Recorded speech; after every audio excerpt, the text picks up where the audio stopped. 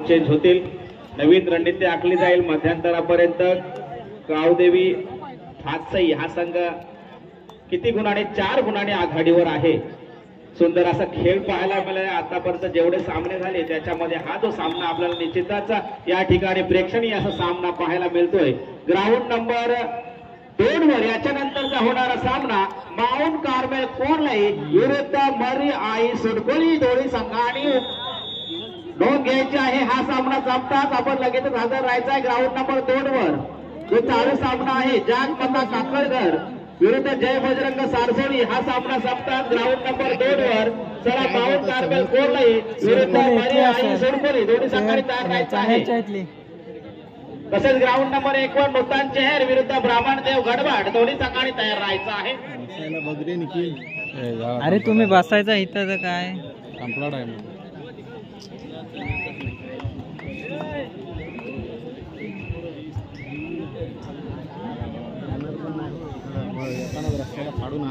बस तिथं बस जा बाजूला असं देतात नाही बरोबर.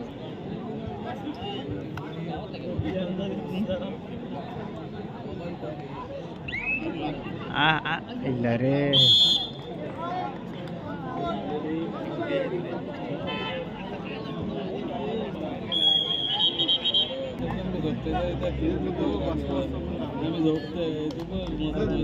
कालावधीपासून येऊन ते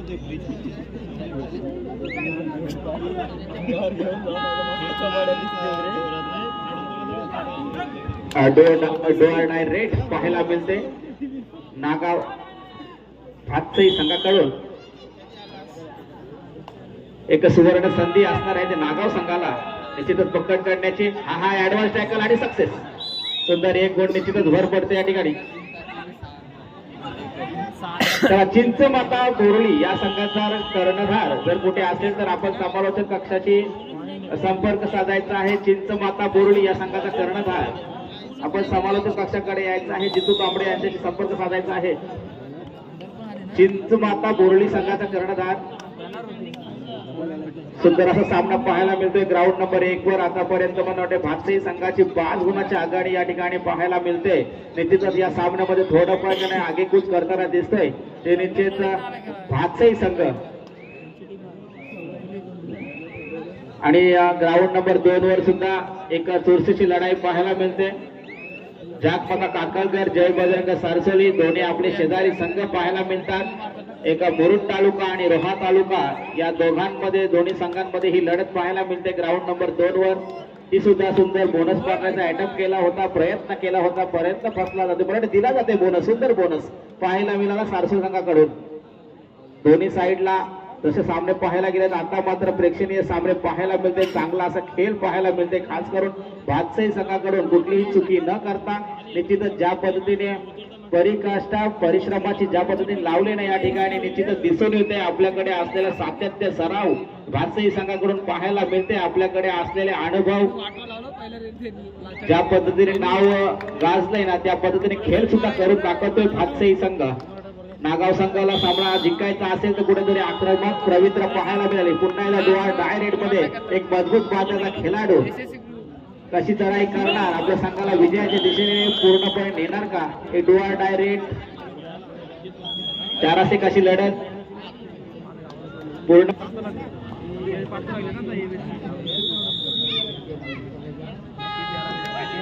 पुन्हा एकदा डुआर डाय रेड पाहायला मिळते. दोन्ही संघ डुआर डाय रोड खेळण्याचा प्रयत्न करतायत.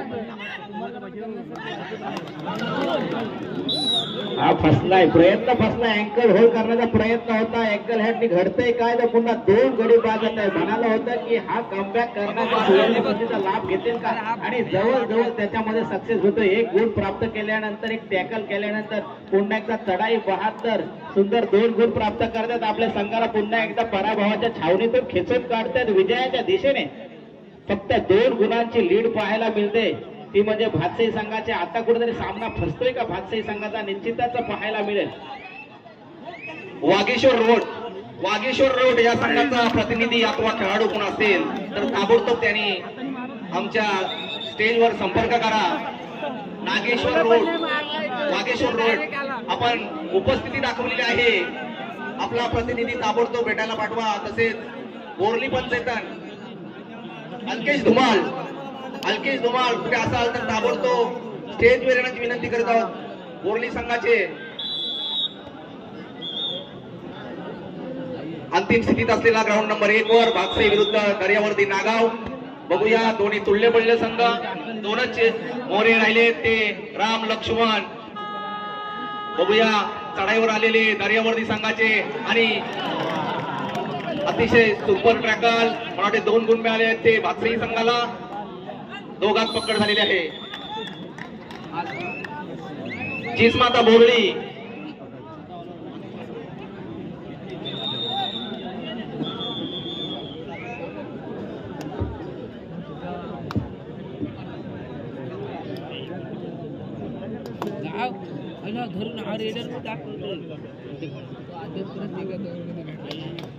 अतिशय सुरेख रंगतदार ग्राउंड नंबर 2 वर दोन्ही विभागातील सामने मुरुड विरुद्ध रोहा, सारसोली विरुद्ध जाकमता काकलगर.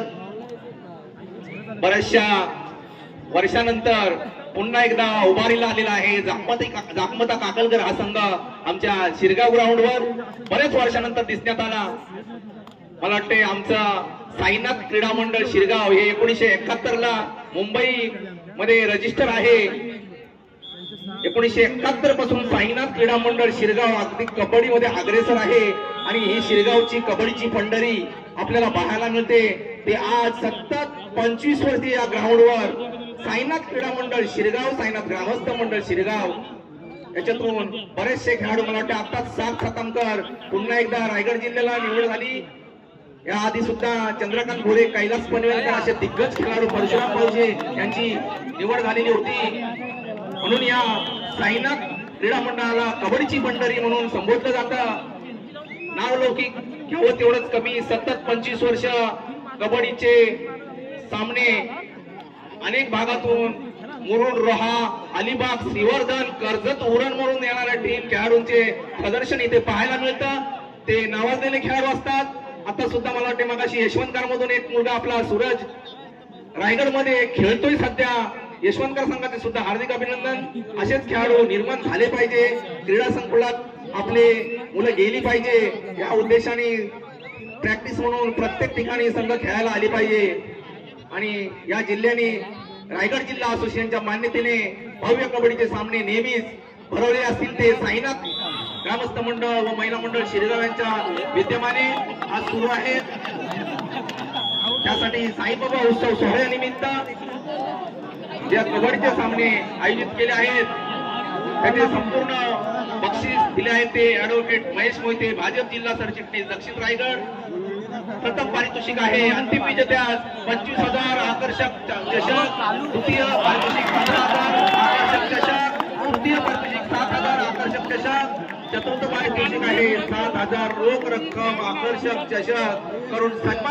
ही साईनाथ ग्रामस्थ मंडळ व साईनाथ महिला मंडळाची आग्रहाची विनंती आहे. आज सुद्धा भोजनाची व्यवस्था आहे. उद्या सुद्धा साई भंडारा असल्यामुळे महाप्रसाद आयोजित केला आहे. तसेच परवा साईबाबाच्या पालखी निमित्त आपण पालखीसाठी सुद्धा उपस्थित राहावे ही साई भक्तांना साईनाथ ग्रामस्थ मंडळ व साईनाथ महिला मंडळ तर्फे आग्रहाची विनंती आहे. भोजनाचा लाभ घ्यायचा असेल तर शेवटचे मंडळाच्या वतीने आम्ही 10 मिनिटं देत आहोत.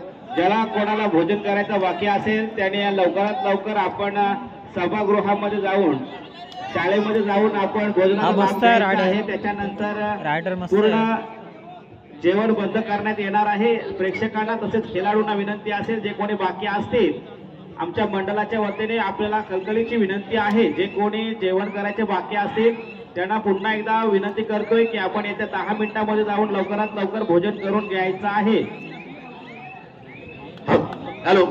अध्याय सुभाष मेहतर या छोट्याशा बालकाकडून 102 रुपयाची देणगी आली आहे. साईनाथ ग्रामस्थ मंडळ शिरगाव आपले सदस्य ऋणी आहे. धन्यवाद. चला ग्राउंड नंबर 1 वर याच्यानंतर होणारा सामना नूतन चेहर विरुद्ध ब्राह्मणदेव गडवड. दोन्ही संघांना विनंती असेल आपण लवकरात लवकर मैदान नंबर 1 चा ताबा घ्यायचा आहे. चालू सामना संपतात. ग्राउंड नंबर 1 वर घडते का ते या ठिकाणी पुन्हा एकदा गडवड संघ भातसई संघाला पक्कड पण या ठिकाणी भातसाई संघ थोड्या तरी कुठल्या तरी छोट्या गुणाने आणि इथे घाई करताना दिसतोय म्हणजे नागाव संघ, ज्याला माहिती आहे आपण या सामन्यामध्ये पिछाडीला जातोय आणि ही पिछाडी भरून करण्यासाठी आपल्याला आक्रमक पवित्रा उचलावा लागेल. आणि त्या ठिकाणी पुन्हा एकदा एका मिनिटाच्या अगोदर घडतंय का तर 2 गुण सहजरित्या प्राप्त करतोय.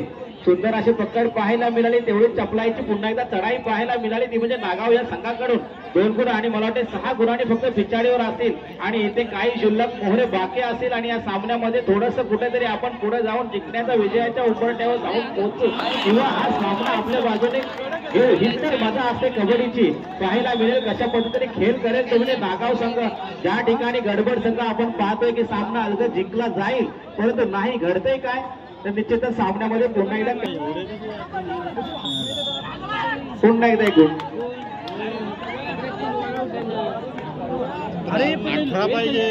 ग्राउंड नंबर 2 वर यानंतर होणारा सामना मरुआई सोडगोली विरुद्ध माऊंट कार्मेल कोरलाई. दोन्ही संघांनी आपल्या गणवेशात सर्व खेळाडूंना घेऊन उपस्थित राहायचं आहे. ग्राउंड नंबर 2 वर यानंतर होणारा सामना चोरशीचा सामना पाहायला मिळतोय. या ठिकाणी खेळाडू व्यक्ती दाखवणं खूप महत्वाचं आहे. दोन्ही संघाच्या खेळाडूंना अतिशय शेवटच्या क्षणावर येऊन ठेवलेला सामना आहे. लास्ट रेड होते रायडर बाद 21-18 थोडीशी क्षणभर सामना संपला जातोय का. आणि या ठिकाणी भातसाई संघ हा विजयी ठरतोय. अतिशय चोरशीच्या लढाईमध्ये निश्चितच प्रेक्षणीय असा सामना पाहायला मिळाला. प्रेक्षकांचं डोळ्याचं पारणं फिरणारा हा सामना पाहायला मिळाला. दोन्ही संघा